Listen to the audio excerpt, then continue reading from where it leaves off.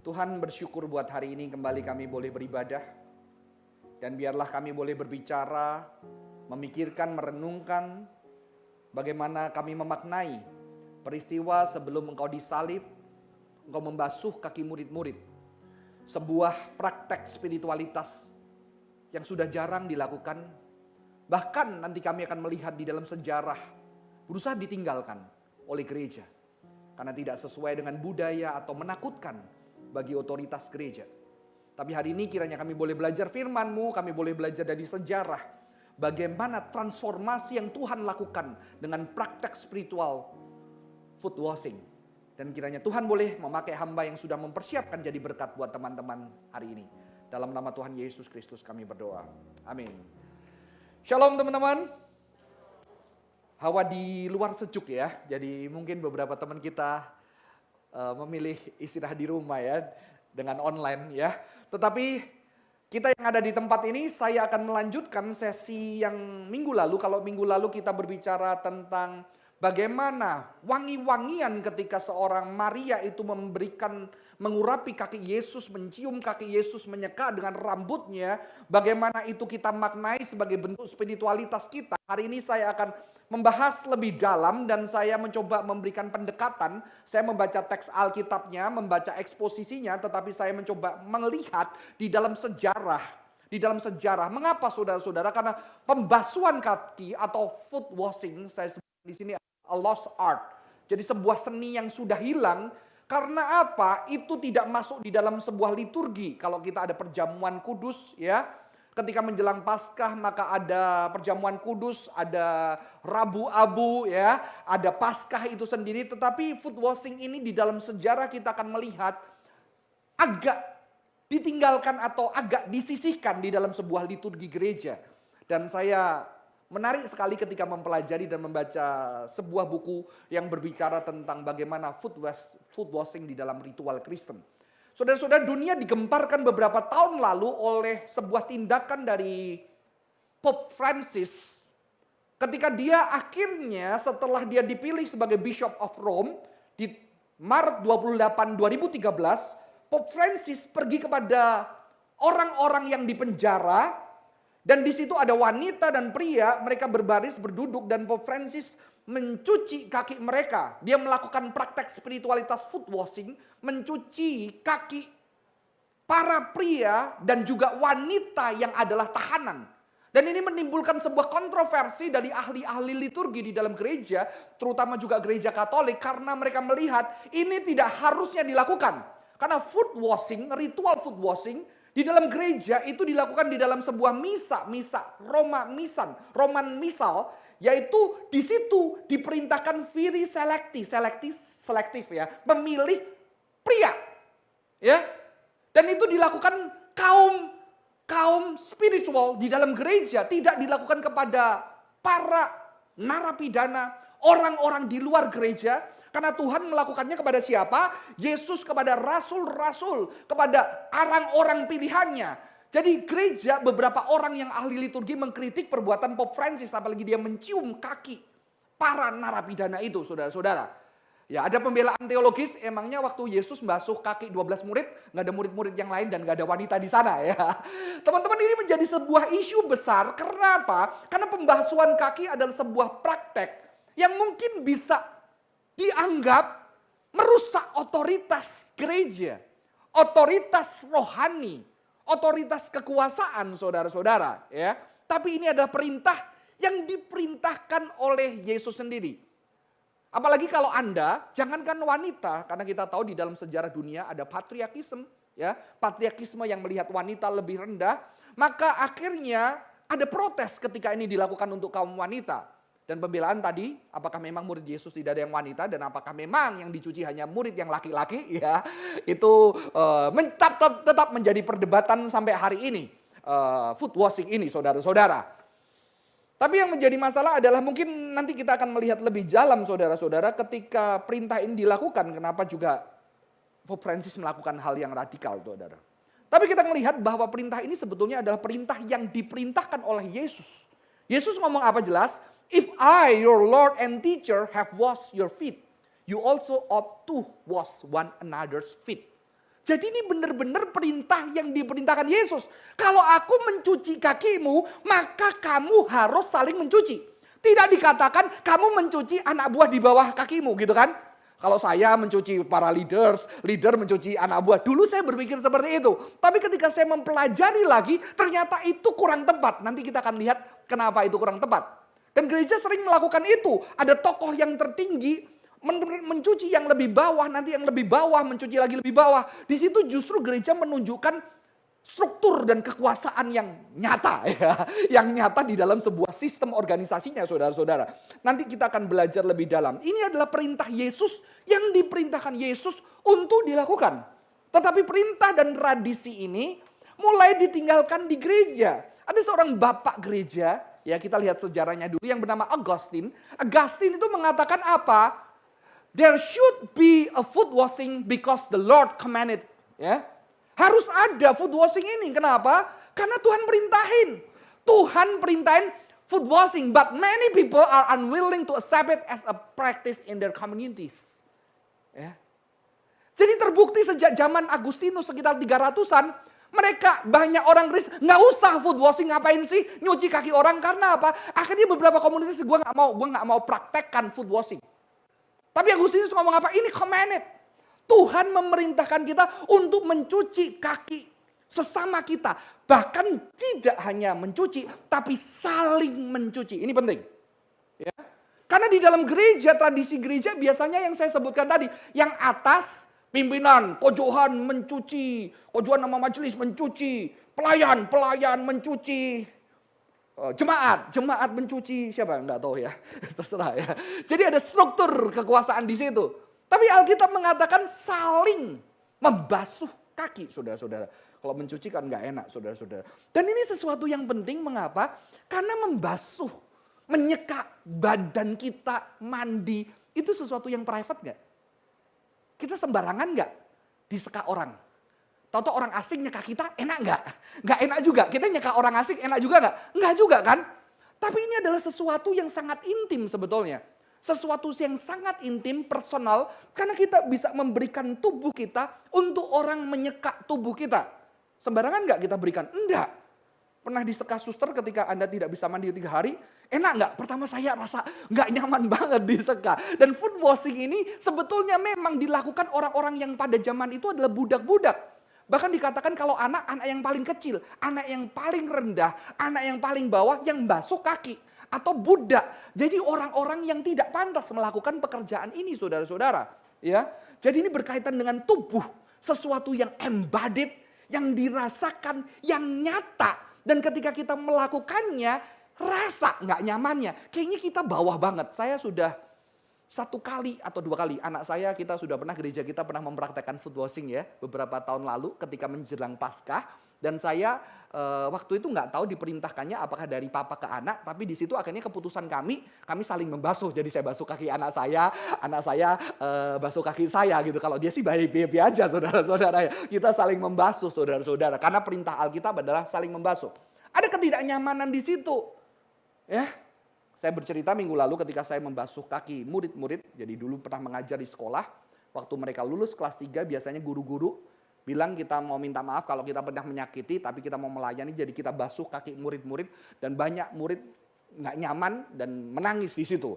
Tapi ritualnya kenapa nggak dilanjutkan murid-murid membasuh kaki gurunya gitu ya, saudara? Nggak ada. Karena Alkitab bilangnya saling membasuh, oke? Tetapi saudara-saudara, berarti ini adalah praktek yang ada dalam gereja. Dan tokoh bapak gereja yang bernama Agustinus bilang itu harus dilakukan. Tapi banyak jemaat enggan. Bahkan mereka menggantikan food washing itu di acara-acara yang orang gak konsen. Ngerti ya? Jangan di Jumat Agung. Tapi mungkin di hari Kamis atau nanti setelah Paskah. Baru dilakukan food washing. Supaya itu tidak mendapatkan konsen khusus dari orang-orang dari jemaat. Saudara-saudara, di dalam sejarah ada satu misa yang mempraktekkan itu. Namanya Tridentine Misal. Ya, dan ketika ini dipraktekkan, saudara-saudara, ini dipraktekkan antara superior dan subjects, jadi antara pemimpin dan bawahannya, dan dipraktekkan secara tertutup sebagai sebuah upacara kaum rohaniwan, oke? Sehingga apa? Sehingga most people never even saw it. Ya, keren ya. Dan kalau nggak lihat, so the law was full. But its relationship to the church as the people of God and the discipleship was nil, nol. Tetap harus mentaati firman kan, Kristen kan. Tapi nggak usah kelihatan, karena ini ritual yang dangerous. Bahaya. Ya, nggak halus dipraktikkan saudara-saudara. Tapi sebetulnya jejak-jejak food washing itu ada sampai hari ini. Kalau saudara di negara Eropa, akan terkenal namanya Maundy Money. Ya. Maundy Money itu adalah apa? Itu adalah satu ritual, waktu itu pemimpin-pemimpin negara biasanya akan setahun sekali. Jadi acaranya nggak boleh sering-sering. Setahun sekali ngumpulin orang-orang miskin, beberapa dipilih dan orang miskinnya merasa jadi privilege dan mereka akan dipasuk oleh raja-raja dan pemimpin negara untuk menandakan apa? Bahwa pemimpin negara harus melayani orang-orang miskin, oke? Tapi ternyata mereka nggak mau in Great Britain, saudara-saudara, itu diganti dengan Maundy Money. Dikasih uang, ya, dikasih penghargaan ini saudara lihat tuh, itu dikasih uang amplop kayak gini untuk menggantikan pembasuhan kaki, ya. Dan mengapa itu disebut sebagai Maundy Money, saudara? Karena Maundy itu dari kata mandatum, mandatum commitment, supaya menggenapi apa yang dikatakan Yohanes 13 ayat 34, bahwa kita harus mengasihi sesama kita, ya. Jadi sebetulnya ini food washing dan orang menolak. Orang menolak melakukan itu di dalam tradisi kekristenan. Kalaupun itu dilakukan di dalam tempat-tempat yang tidak begitu terlihat. Supaya tidak bisa terinspirasi. Kalaupun itu dilakukan, saudara-saudara, itu dilakukan dengan juga spirit. Supaya orang melihat, oh rajanya sangat generous, rajanya sangat rendah hati. Maka kita harus tunduk dan taat kepada raja itu. Mengerti? Jadi ternyata food washing juga bisa digunakan sebagai sebuah political power. Ya. Political power, the legitimation of power, saudara-saudara. Tetapi ini sesuatu yang tidak pada tempatnya. Karena ketika Kristus melakukan food washing ini, dia sedang justru mengkritik kekuasaan, mengkritik sistem pemerintahan yang tidak adil. Tetapi di tangan orang-orang tertentu, food washing itu justru membuat tokoh-tokoh agama, tokoh-tokoh negara kelihatan generous dan rendah hati dan begitu meneladani Kristus dan menjadi sebuah legitimation of power. Ya. Ya, kita kadang-kadang kan bisa gitu ya. Kalau kita kelihatan rohani, cerita pakai bahasa rohani, kelihatan berbuat baik, orang melihat dan menghargai kita, bisnis semakin lancar, saudara-saudara ya. Ada kemungkinan terjadi seperti itu. Kita menggunakan sebuah ritual demi apa? Demi sebuah peneguhan kekuasaan. Jadi food washing juga bisa menjadi legitimation of power, saudara-saudara. Dan sebetulnya ini juga dihindari mengapa? Karena jika Yesus terlalu manusiawi dan menggambarkan Yesus sebagai pelayan, dan ini tidak compatible dengan negara, agama negara, kerajaan yang melambangkan sebuah kekuasaan yang mau menunjukkan bahwa hamba-hamba lu harus taat kepada kekuasaan itu. Saudara kalau belajar sejarah dan seni di dalam gereja, maka Yesus itu di zaman tertentu ketika Konstantin berkuasa digambarkan pakai mahkota, wajahnya cerah, bajunya bengerlap. Supaya apa? Ini supaya meneguhkan kekuasaan dari raja yang menyembah Tuhan. Maka ada kekuasaan Tuhan yang digambarkan dengan begitu mewah, dengan baju-baju yang berkilau seperti emas. Sebagai sebuah legitimasi power supaya apa? Supaya nanti tunduk di bawah. Tapi ternyata food washing juga bisa digunakan. Oh lihat ini raja kita. Oh lihat pemimpin negara kita sangat rendah hati. Maka pemimpin negara itu yang harus membasuh. Dia tidak membasuh. Dan ini tidak sesuai firman. Karena firman mengatakan saling membasuh. Saling membasuh. Oke. Dan saya bertobat ya. Dulu kita pernah retreat pelayan ya.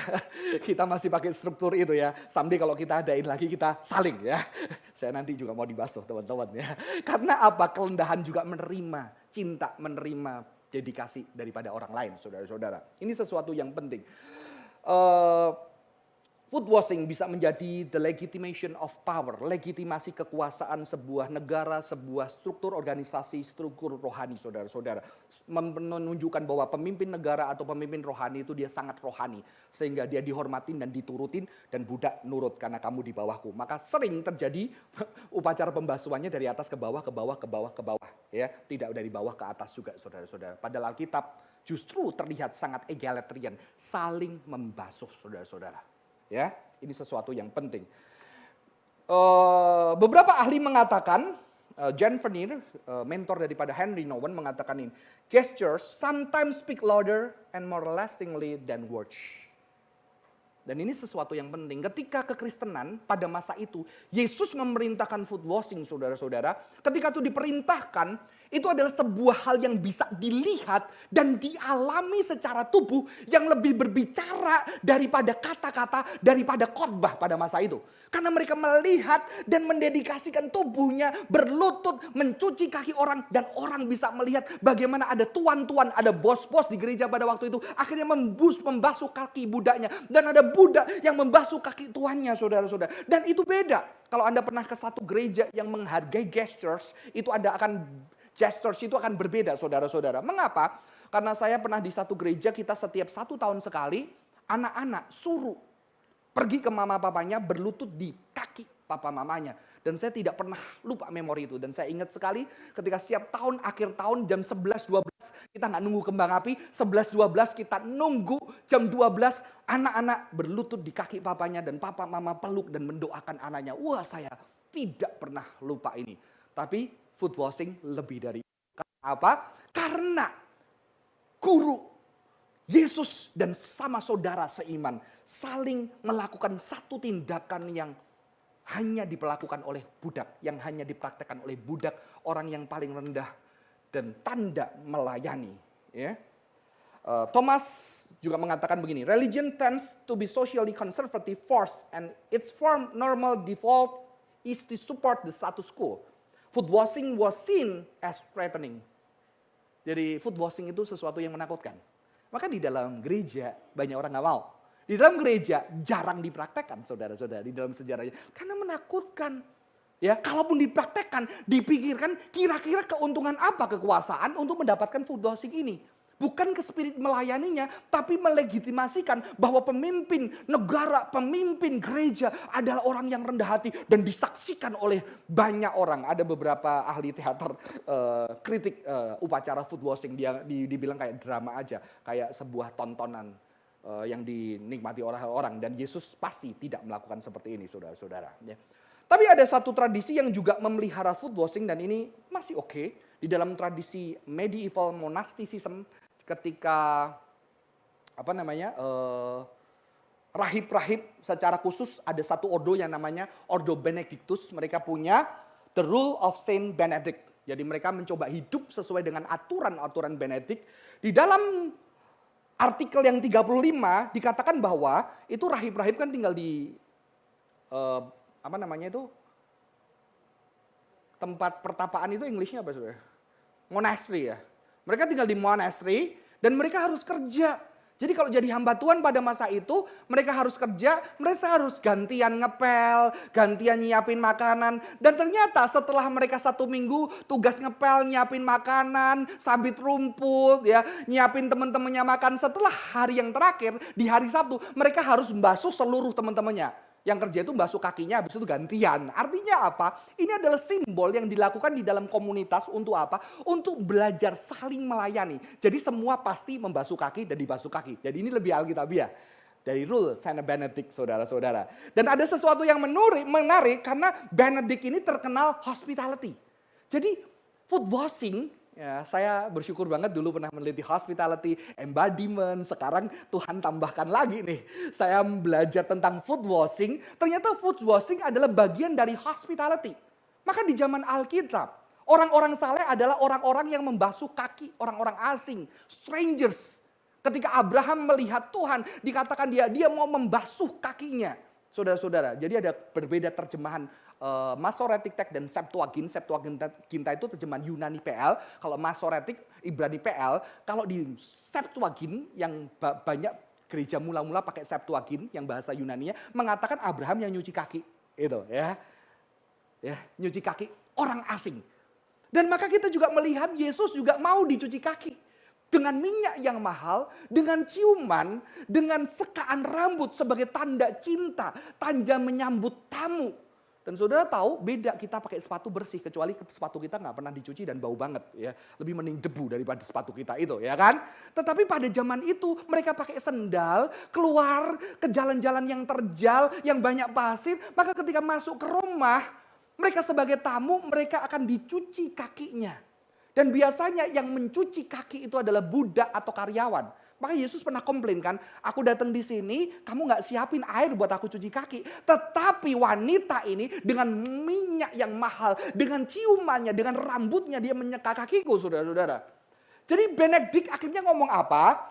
Kita harus menyambut orang-orang asing. Kita harus memberikan makan air untuk mencuci kakinya karena mereka habis perjalanan jauh. Dan tidak hanya itu, beberapa rahib-rahib, hamba-hamba Tuhan itu mencuci kaki orang-orang asing itu. Ini tindakan yang luar biasa ya. Jadi hamba-hamba Tuhan melakukan tindakan budak-budak. Dan inilah ada hospitality untuk menyambut. Karena apa? Karena mereka dengar kata firman Tuhan. Barang siapa engkau melakukan kepada seseorang yang paling hina ini, engkau sedang melakukan untuk aku, saudara-saudara. Dan bahkan Benedict mengatakan ini, saudara-saudara. Special attention should be shown in welcoming poor men and pilgrims because in them the anointed one is more truly welcome. Anointed one, Christ. Jadi mereka lihat orang asing itu adalah Kristus yang diurapi, yang harus disambut. Karena ayat, barang engkau melakukan pada orang yang paling hina, engkau sedang melakukan pada aku. Ya. Dan murid-murid harus diingatkan sebuah godaan untuk tidak memperdulikan orang miskin dan kaum-kaum marginal. Jadi ini lebih mending ya. Benedictus ketika mempraktekkan foot washing itu lebih mending saudara-saudara. Karena dia ada satu hospitality dan ada saling mencuci, artinya saling melayani as a community. Kita sama sebagai pelayan Kristus yang saling mengasihi, yang saling melayani saudara-saudara. Lalu di abad 21 ini masih dihidupi oleh kaum Cistercian. Kaum Cistercian atau kaum Trappist, mereka juga pertapa-pertapa dari Katolik. Di abad 21, a display of humility by a senior cleric assisted by two lesser clerics in the test. Ya, tetapi ini memang ada senior yang memberikan contoh, tetapi mutual loving service as a part and parcel of the Christian life. Jadi ini ada sebuah tindakan saling melayani, saling mencintai, yang mutual, saling ada love di sana, dan love itu ditunjukkan ketika seseorang melakukan tindakan yang paling harusnya dia tidak perlu lakukan. Ya, ketika duduk tadi bikinin food washing, mau khotbah ini, saya jadi mengaku dosa, saudara-saudara ya. Saya mengaku dosa. Saya pernah ribut sama Ci Imel, gara-gara saya paling benci lihat kotoran dan air kencing anjing, saudara-saudara ya. Saya benci banget karena saya punya pengalaman ketika saya SMP sampai SMA, adik saya tuh ngompol, saudara-saudara, hampir setiap hari. Jadi setiap jam 12 malam lagi tidur enak, tubuh saya dipenuhi dengan kehangatan ya. Hangat banget. Gue pikir mimpi kok hangat, ternyata air kencing itu kesel banget. Jadi kalau lihat air kencing siapapun saudara, saya kesel. Ke toilet lihat gitu, kesel ya. Pengen marah aja ya. Dan itu membuat saya juga, kita sekarang pelihara anjing. Saya nggak masalah dengan anjing, saya juga seneng kadang-kadang main. Tapi begitu lihat air kencing itu saya marah, saudara-saudara. Sampai kemarin saya khotbah gitu ya. Saya terinspirasi lagu, ada lagu itu kan. Kau hiasi, saya jadiin lagu. Kau basahi seluruh tubuhku dengan air kencingmu. Saya mau katain itu ke adik saya sebetulnya, saudara. Jadi itu nempel banget sehingga saya nggak bisa lihat kencing. Suatu hari kita cerita-cerita lagi cerita naik mobil, Cimel bilang nanti kalau aku udah nggak bisa jalan di rumah sakit gini, kamu mau ngerawat aku? Enggak, gue nggak bisa. Gue panggil lu suster.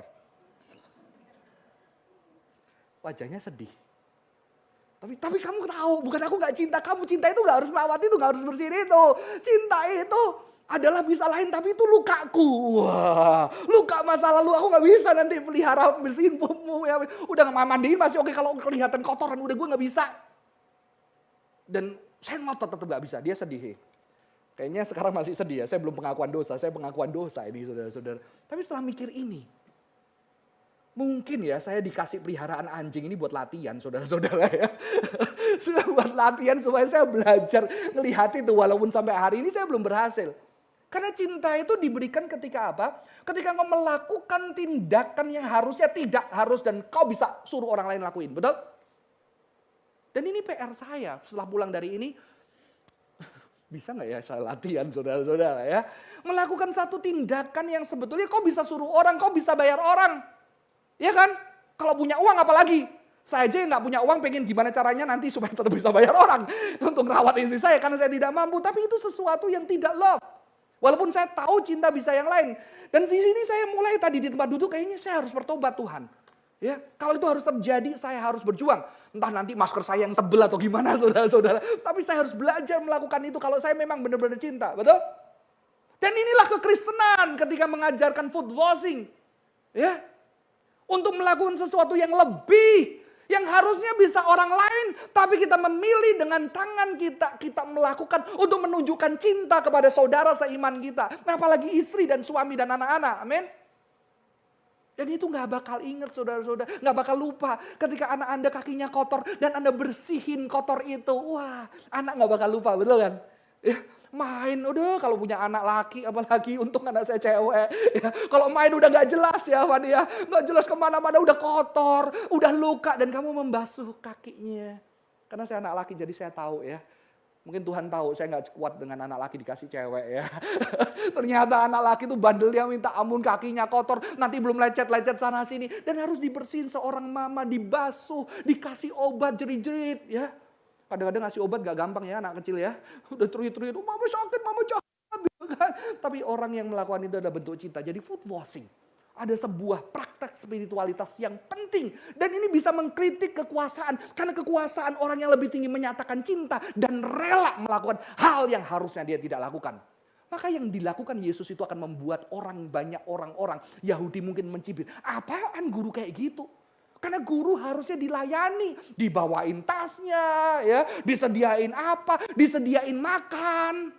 Karena banyak traveler, preacher pada masa itu, rabai-rabai yang datang dia akan disambut, dikasih makan, di tempat tinggal, dihargai. Tapi ini guru itu mengambil baskom dengan nyata menunjukkan dan dia membasuh dan betul-betul menyatakan cintanya. Bukan hanya menunjukkan ini harus kau praktekkan, dia melakukan itu. Dengan cinta, saudara-saudara. Ya, maka ketika foot washing dilakukan tidak dengan cinta dan untuk meneguhkan kekuasaan pemimpin rohani, dikatakan oleh seorang penulis itu kegagalan daripada foot washing. Karena foot washing menghancurkan dan merendahkan diri, melakukan sesuatu yang tidak harus dilakukan, yang harus dilakukan budak kepada sesama saudara seiman. Ya. Saya nggak foot washing sih waktu saudara Marcel menikah, ya. Waktu itu kan dia minta saya jadi liturgis, tapi saya harus ada pelayanan, saya menolak. Tapi ketika saya menolak, ternyata saya bisa, tapi udah liturgis yang lain. Saya mencari bagian saya. Saya bilang, kamu kan belum pernah disopirin sama hamba Tuhan gitu ya. Saya jadi sopirmu ya. Jadi saya jemput dia, anterin dia ke salon saudara-saudara. Dan saya merasa, wah jadi sopir karena ini saya lakukan karena saya sayang. Ya, itu indah banget. Jadi sopir. Ya, kan sopir, masa saya sopir S2, sopir hamba Tuhan, sopir. Tapi ketika kamu lakukan untuk orang yang kamu cintai, untuk adik-adikmu, untuk sahabatmu di dalam kelompok kecil, itu lebih dari segalanya. Betul? Ya, itulah sebetulnya praktek foot washing. Kalau zaman itu foot washing, saudara-saudara. Sekarang kita perlu mungkin melakukan foot washing untuk sebagai mengingat apa yang dilakukan Yesus. Tapi sekarang kaki kita semua bersih ya. Kaki semua kita bersih. Kadang-kadang begitu, ayo kita foot washing. Kita manicure, pedicure gitu ya. Supaya wangi, supaya gak malu saudara-saudara. Jadi beberapa dikritik juga melakukan foot washing, airnya diwangiin. Kata penulis ini jangan kayak gitu ya. Natural aja, bau ya bau udah biar dibersihin sekalian gitu teman-teman. Mungkin sekarang kalau mau lebih baik ya manicure pedicure ya. Saudara-saudara, ini sesuatu yang indah sebetulnya di dalam gereja yang diwariskan kepada Tuhan. Dan justru ini melawan kekuasaan, melawan yang harusnya pemimpin di atas, yang harusnya pemimpin tidak tersentuh, yang harusnya pemimpin dihargai. Di situ Yesus melakukan foot washing untuk menunjukkan cintanya. Dan ada kaum yang lain, Mennonite. Sayangnya kaum Reform tidak disebutkan di buku ini. Saudara, saya cari ternyata tidak terjadi spiritual itu foot washing. Tapi gereja Injili melakukan ini. Saya tahu beberapa gereja Injili melakukan, tetapi dari literatur yang saya baca tidak dituliskan sejarah itu. Di Di dalam kaum Mennonite itu kontra Reformation. Setelah Reformation ada kelompok yang namanya Mennonites. Saudara-saudara, ada salah satunya Amish. Amish itu berkembang di Amerika setelah mereka pergi dari Eropa. Ternyata food washing itu digabungkan dengan Ekaristi. Ekaristi itu Paskah ya, perjamuan kudus ya. Dan di dalam customnya biasanya congregation, jemaat itu dibagi cewek-cewek, cowok-cowok. Dan mereka dipasangin untuk saling membasuh. Ya, ini lebih alkitabiah ya. Ya, nanti umpama di sini cewek-cewek sini, ayo cari pasangannya, mereka saling membasuh kaki. Atau mereka berbentuk lingkaran 6 atau 8 orang, ya. Dan akhirnya mereka bergantian untuk membasuh keliling, saudara. Ini basuh ini, basuh ini, basuh ini, kayak doa rantai gitu lah, saudara-saudara. Dan ini dilakukan untuk menunjukkan cinta. Praktek spiritualitas menyatakan cinta kepada saudara-saudara seiman, ya. Kita akan masuk, berarti food washing itu adalah sebuah praktek. Saya kasih nama, a practice of discipleship. Jadi ketika Tuhan memerintahkan murid-murid menjadi murid, Tuhan tidak hanya bicara dan bilang ini yang harus kamu lakukan. Tetapi murid-murid melihat secara mata yang Yesus lakukan. Oke? Dan di situ akhirnya murid-murid melihat dan dia mempraktekkan dengan tubuhnya. Itulah spiritualitas. Sayangnya spiritualitas kita dibangun berdasarkan kadang doktrin-doktrin dan konsep-konsep yang kita tidak melihat secara menubuh ketika itu dipraktekkan. Saya jujur, saya belajar dari tradisi karismatik dan dari evangelical. Evangelical ada punya pengalaman, pengetahuan yang dahsyat di dalam doktrin. Amin. Tidak boleh hilang dan itu penting. Tetapi ada satu kesulitan karena apa? Karena mereka belajar dengan konsep-konsep. Mereka tidak melihat secara nyata apa yang harus mereka pelajari dan itu mereka menubuh. Mengerti maksud saya? Maka ketika saya banyak melayani di gereja Injili sering terjadi. Oh, kita pemuritan untuk menjadi kelompok kecil. Ada bahannya sistematika. 12 seri menjadi kelompok kecil. Dan akhirnya bagi kelompok bubar. Betul? Karena apa? Semua di kelas, semua di teori, semua teolog-teolog. Dan begitu dilakukan, nggak bisa. Ya, banyak kan belajar menjadi seorang arsitek, gini-gini. Dikasih teori-teorinya, begitu lulus kuliah, beda sama yang sudah belajar langsung sama arsiteknya gitu kan. Yang berasa gambar, praktek dan benar-benar bangun, beda saudara-saudara. Sementara ketika saya di karismatik, saya nggak pernah ada praktek untuk menjadi leader, kelas untuk menjadi leader. No. Saya cuma setiap minggu lihat orang jemputin saya, naik sepeda motor, pakai uang bensinnya dia sendiri, masih ditambah dia beli pisang goreng buat saya. Setiap minggu, tambah kadang-kadang di akhir bulan dia bilang, sorry uangnya Koko habis, boleh nggak gantian, kalian iuran aja. Kita rela iuran karena 3 minggu dia bayar. Ya udahlah kita iuran 4, kita iuran. Dan di situ akhirnya, sekarang jemaat kita tambah banyak. Johan kamu ada sepeda motor, kamu boleh jemput si ini, Koko jemput ini, Koko jemput ini. Wah kita udah kayak ojek online gratis. Wah jemput, wah kumpul 10-11. Nggak ada teori. Karena apa? Dilihat practice of discipleship di depan mata. Nanti kalau ada ulang tahun ayo kita doain, Johan doain gitu ya. Kalau di sini, kalau di banyak di Injil, pendeta yang harus doain ya kan. Semua harus doain pendeta. Maka kalau teman-teman lihat sejak 5 tahun lalu, saya kadang-kadang nyuruh teman-teman doa kan, bukan saya kan. Ya. Pernah ada yang sakit, waktu saya datang biasanya kan kalau doa pendeta mantep banget, karena siapa? Ya, tahu-tahu saya bilang, ayo Marcel doa, kamu yang doa gitu ya. Untuk melatih dan melihat. Karena kita terlalu tidak melihat secara nyata. Saudara-saudara, ini adalah sebuah praktek, discipleship. Dan John D. Roth, seorang Mennonite theologian, mengatakan bahwa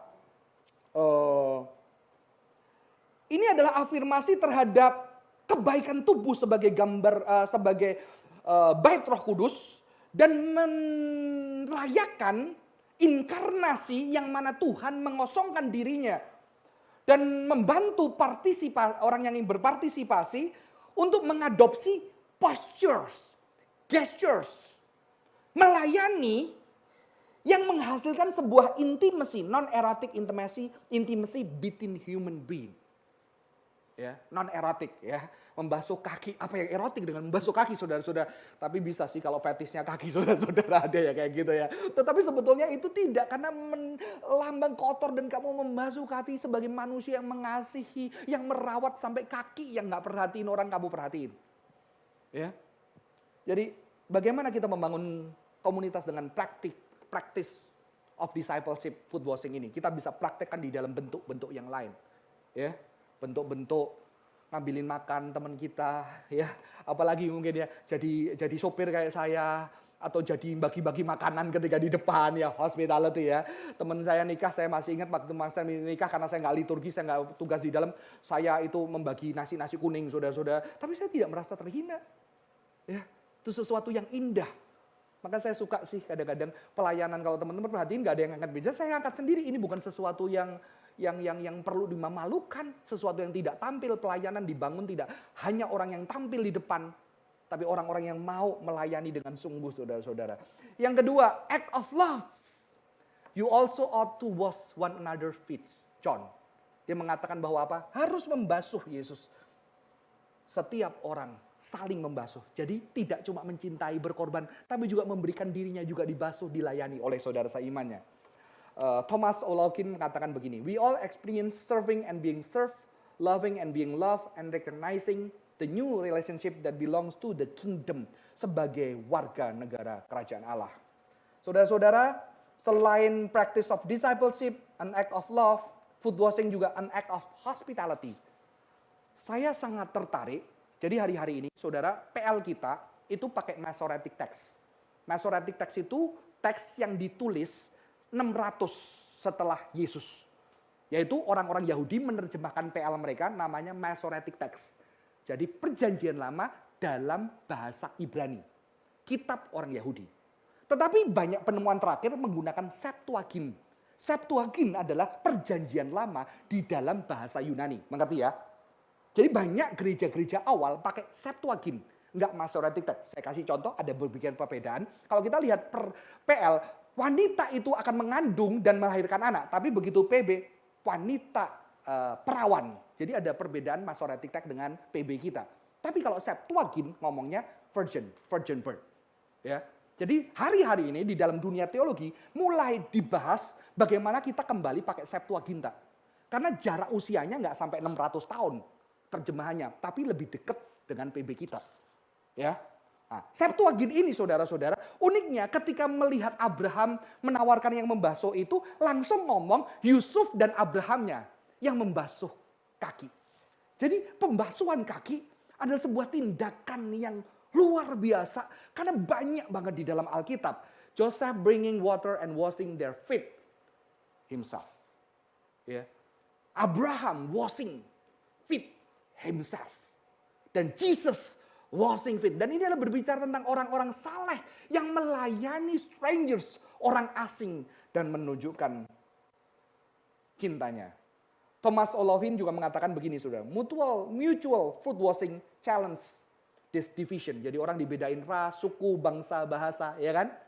Waktu zaman itu orang Yahudi di zaman Yohanes, oh ada rabai, ini jemaat, ada orang suci, ini enggak. Yesus, mereka lihat apa? Perbedaan itu dihapuskan karena shalom itu menerima orang yang berbeda. Calling on us to recognize our human commonality and equality as creatures. And the bonds that united us in Christ as sister and brothers in the Father's family. Ya, selain cium, foot washing, nggak ada lagi tuan, budak, semua saling membasuh kaki.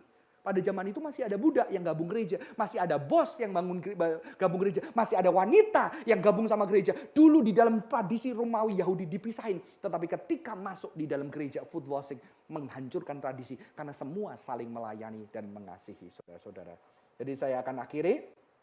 Foot washing adalah a critic of power, a practice of discipleship, an act of love, an act of hospitality. Ya, we are not there even to learn about Christian egalitarianism as disciple. Kita nggak cuma belajar Christian egalitarisme. Oh, Kristen itu mengajarkan kesamarataan, tidak. Much as we may need it to experience that, but something more difficult, the other-centeredness of Christian life. Ya. Kita nggak cuma, oh Kristen egaliter. No, kita langsung mengalami dengan foot washing. Jadi foot washing itu bukan cuma simbol. Tapi kita mengalami dengan tubuh kita. Ketika kita membasuh kaki sesama kita. Mengalami bahwa sesama kita itu menjadi pusat atas spiritualitas kekristenan. Amin. Maka Yesus mengatakan bareng kau ingin melakukan sesuatu untuk dirimu, perlakukanlah itu untuk orang lain. Tidak cuma doktrin, tidak cuma pengertian, tapi dengan tubuh kita. Ketika mencuci kaki sesama kita, ketika menyayangi, melayani, kita belajar dengan tubuh kita. Apa itu kerendahan hati? Saudara, ini digunakan di dalam dunia filsafat. Namanya disiplin tubuh. Untuk orang dikuasai, orang harus ditundukkan tubuhnya. Betul? Caranya gampang adalah, lu mau taat sama gue tonjok, takut. Jadi dia tunduk. Mengerti? Ya. Tetapi di dalam penjajahan, akhirnya dilakukan apa? Oh, kalau untuk dikuasai, dimasukkan di dalam sebuah budaya. Yaitu orang pribumi, kalau duduk harus di bawah orang priai. Ngerti? Jadi kalau ada priai duduk, dia harus... Kalau prianya duduk lantai, dia tiarap. Tanya istri saya punya pembantu dulu ya, maid ya. Kalau kita duduk di lantai, dia nungguin kita kapan berdirinya. Baru lewat saudara-saudara. Kita suruh duduk di meja makan, nggak mau. Karena itu sistem yang dilakukan Belanda untuk kekuasaan. Supaya lu tahu tempat lu. Mengerti? Nanti kalau priai bisa berdiri. Tapi Belanda lebih lagi dihargai saudara-saudara ya. Nanti ada yang ngesot ya. Jadi ini ditanamkan supaya apa? Ketaatan, ketundukan itu muncul. Ini sesuatu yang bisa digunakan kekuasaan. Tetapi ini juga bisa digunakan spiritualitas. Mengapa anak-anak zaman dulu kepada orang tuanya bisa sangat hormat walaupun dia kesel, marah. Karena apa? Tubuh mereka dilatih sujud. Betul? Tubuh mereka dilatih diam. Tubuh mereka dilatih untuk melakukan sesuatu yang rendah. Sebetulnya ini kalau digunakan spiritualitas. Tubuh kita dilatih untuk mencintai. Bukan direndahkan, dikuasai. Mencintai dan merendahkan. Supaya kesombongan itu tidak ada. Makanya saya kagum. Ketika orang Muslim, ketika terima berkat, apa yang dilakukan? Dia langsung sujud dimanapun dia. Di TV, di pinggir jalan, di trotoar yang kotor dia sujud. Langsung dia taruh jidatnya ke tanah. Artinya apa? Berkat tidak membuat kamu sombong. Berkat harus membuat kamu tahu asalmu dari mana. Kalau kita, wah haleluya, puji Tuhan. Duit gua banyak. Orang-orang Chinese ketika orang tuanya mati, bersujud sampai ke lantai. Ya, tapi ya nggak gitu nanti punya anakku sujud di kakiku. Nggak gitu saudara-saudara ya. Tapi kuncinya kan love yang nyata di dalam sebuah ritual yang menubuh, sebuah act yang nyata. Ya, saya akan akhiri dengan sebuah film. Kemarin malam anak saya izin Pak boleh nonton film yang di atas 18 tahun nggak? Forrest Gump. Saya bilang boleh tapi di TV luar ya. Saya di TV luar kan banyak teman yang jaga, banyak teman adik-adikmu. Jadi kamu kalau ada pas tertentu kamu bisa cepetin. Dan dia nonton ini. Dan waktu saya siapin saya nengok. Dan saya tersentuh banget ketika Forrest ngomong sama seorang wanita yang paling dicintainya, Jenny. Ya. Dia pakai kapalnya Jenny. Jenny itu udah pergi lagi ninggalin dia. Dan Forrest ngomong gini, I'm not the smart man but I know what love is. Kalau di film itu Forrest itu goblok banget, bodoh banget. Tapi cintanya itu tulus. Dan mungkin cintanya itu yang membuat Jenny gak bisa nih. Karena gue gak, masa mau kamu nikah sama gue yang hidupnya hancur. Tapi sampai akhir Forrest. Ya, ketika Jenny harus sakit dan ternyata punya anaknya Forrest, dia pulang lagi. Dan gantian Jenny yang belum mau nikahin aku enggak ya. Forrestnya mau saudara-saudara. Dan Forrest menjaga Jenny sampai tua. Bagi saya ini Christianity ya. Bodoh banget sih. Tuhan karena cinta mencintai sesama. Kita mencintai sesama kita. Diminta Yesus mencintai sesama seperti kita mencintai Yesus. Dan cinta Yesus bagi saya bodoh mencintai manusia seperti kita. Tapi itulah yang membuat hati kita bisa terbebat oleh Kristus. Amin. Yang membuat kita gak bisa pergi karena kita dicintai begitu dahsyatnya. Dan Tuhan minta apa? Cintai sesamamu, saudaramu dengan kasih. Amin. Biarlah kita boleh belajar melakukan ini di dalam segala bentuknya setiap harinya. Sesuatu yang mungkin buruk, tapi aku mau lakukan ya. Doakan saya ya, semoga saya berhasil ya. Mengurusi latihan saya di rumah ya. Sehingga suatu hari kalau, jangan sampai gitu ya. Kalau saya harus merawat istri saya, biarlah saya bisa menunjukkan cinta. Walaupun itu harus melawan trauma saya, ketidaksukaan saya bertahun-tahun. Amin. Mari kita bangkit berdiri, kita pujikan satu pujian lama. Mengasihi lebih sungguh.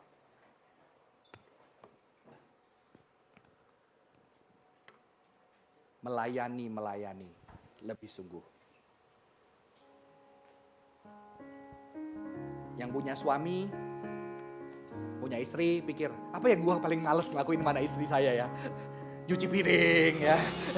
Apalagi yang punya istri, apa yang gue paling males ya sama suami gue? Tapi sebetulnya itu tindakan yang betulnya aku gak perlu bisa lakuin, bisa orang lain, tapi aku mau lakuin itu.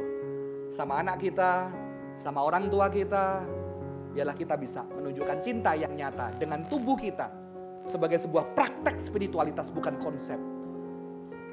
Mengasihi lebih sungguh, melayani lebih sungguh.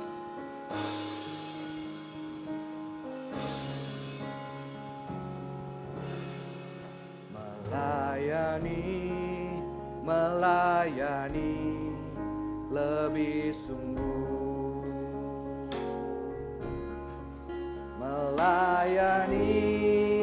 Melayani lebih sungguh.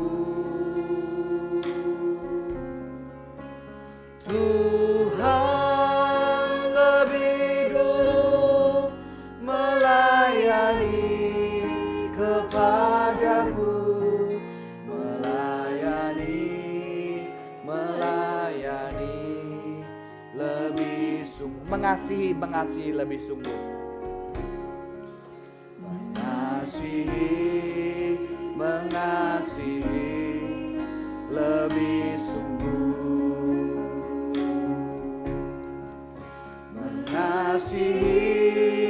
Mengasihi lebih sungguh. Tuhan lebih dulu mengasihi kepadaku, mengasihi lebih sungguh. Mari kita gunakan tubuh kita untuk menunjukkan cinta kepada orang lain. Walaupun itu kerendahan, harusnya kita bisa tidak lakukan. Saya jadi ingat dulu Cimel hamil anak kedua, ya. Anak pertama nggak ada yang mandiin, perutnya udah gede. Saya mandiin. Ternyata ketika saya mandiin tiap hari, ternyata ketika dimandiin, cinta itu lebih tumbuh, teman-teman. Ya. Ternyata tambah tumbuh. Pernah satu kali saya mandiin, saya nangis gitu ya. Saya nangis. Kok sayang itu tumbuh? Ya. Jadi tubuh kita, ketika kita mempraktekkan cinta kita kepada sesama bisa juga lebih tumbuh. Amin. Mari kita berdoa. Tuhan, biarlah kami bisa mempraktekkan foot washing di dalam konteks kehidupan kami, kepada karyawan, kepada mertua, kepada orang tua, kepada suami, kepada istri, kepada anak. Biarlah kami memberikan cinta kami secara nyata, tindakan yang anak kami, orang-orang di sekitar kami bisa lihat, bisa ngerasain dengan tubuhnya, dan kami bisa merasakan juga. Karena ini adalah cinta Kristus. Ketika Kristus berinkarnasi melalui tubuhmu, kau menyatakan cinta yang bisa kami rasakan. Dan biarlah tubuh kami bisa menyatakan cinta Kristus, yang bahkan ketika kami melakukan itu, kami pasti juga merasakan cinta yang sama. Terima kasih Tuhan, berkati jemaat Tuhan di dalam setiap pergumulan. Di dalam nama Tuhan Yesus Kristus kami berdoa. Amin. Silakan duduk jemaat.